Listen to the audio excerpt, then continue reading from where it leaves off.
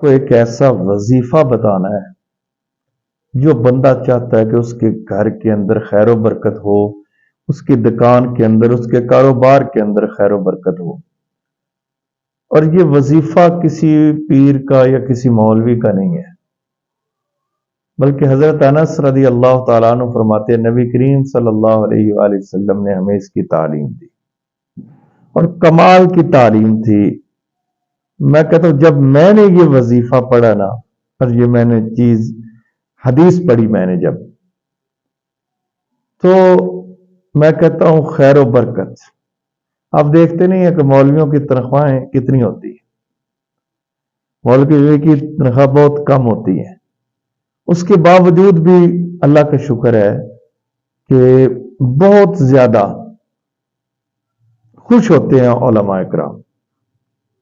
مجھے ایک لطیفہ یاد آ گیا، چلو میں حدیث آپ کو سناتا ہوں، چلو تھوڑا سا آپ کو ایک چھوٹا سا لطیفہ سناتا ہوں، بڑا خوبصورت۔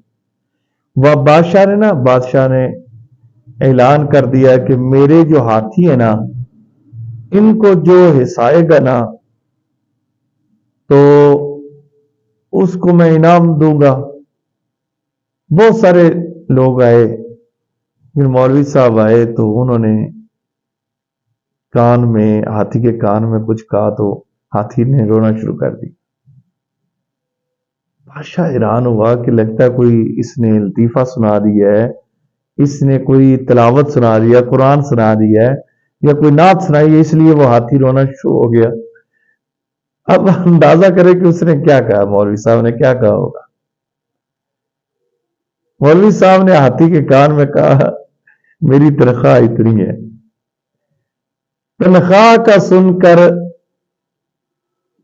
ہاتھی رونا شروع ہو گیا۔ اب اندازہ کرے اتنے جو دور جا رہا ہے، اس دور میں علماء کرام کے ساتھ جو رویہ مسجدوں کے اندر رکھا جاتا ہے، یا مسجدوں میں جو خدمت ہوتی ہے وہ کیا ہوتی ہے، لیکن اس کے باوجود بھی شکر ادا کرتے ہیں۔ اب میں یہ علماء کو، پیروں کو، فقیروں کو، تمام لوگوں کو میں تو کہوں گا کہ اگر وہ چاہتے ہیں کہ خیر و برکت ہو گھر کے اندر، تو آج پیارے آقا کا ایک وظیفہ اپنے ذہن میں رکھیں۔ پیارے آقا نے فرمایا 2 کام کرو تمہارے گھر میں خیر و برکت رہے، یعنی کہ خیر بھی رہے گی اور برکت بھی رہے گی۔ اب وہ 2 کام کون سے ہیں؟ پیارے آقا نے فرمایا جس گھر میں چاشت کی نماز پڑھی جاتی ہے وہ گھر سے خیر رہتا ہے اور شر ختم ہو جاتا ہے، برکت رہتی ہے، بے برکتی ختم ہو جاتی ہے۔ جو شخص، یہ نیکوکاروں کی نماز ہے، پیارے آقا نے فرمایا جو شخص چاشت کی نماز پڑھتا ہے نا، اس کے گھر میں خیر و برکت رہتی ہے۔ اندازہ کریں کتنی بڑی بات ہے، اس میں یہ قید بھی نہیں ہے کہ 2 پڑھو۔ چاشت کی نماز کی اور بھی بہت ساری فضیلت ہے، 2 پڑھ لو، 4 پڑھ لو، جتنی آپ سے پڑھی جاتی ہے، آسان طریقے سے۔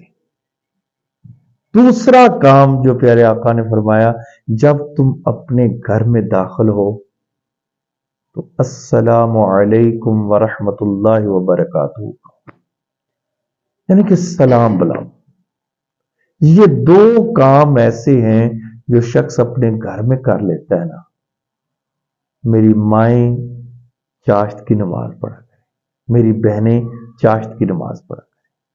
اور جب مرد حضرات گھر یا خواتین کوئی بھی گھر میں نہ ہو، تو جب آپ السلام علیکم ورحمۃ اللہ وبرکاتہ کہتے ہیں، فرشتے اس کا جواب دیتے ہیں۔ کوئی بھی نہ گھر پہ ہو تو آپ نے سلام بلانا ہے، جب ہو تو پھر تو ہم نے بولنا ہی بولنا ہے۔ اور یہ بہت بڑا ایک وظیفہ میں نے آپ کو بتایا ہے، اور بہت بڑا کام ہے، اور یہ آپ کریں، آپ کے گھر سے شر بھی ختم ہو جائے گا، اور آپ کے گھر سے بے برکتی بھی ختم ہو جائے گی، کیونکہ کسی نے نہیں کہا بلکہ پیارے آقا صلی اللہ علیہ وآلہ وسلم نے فرمایا ہے۔ اللہ ہمیں عمل کرنے کی توفیق عطا فرمائے۔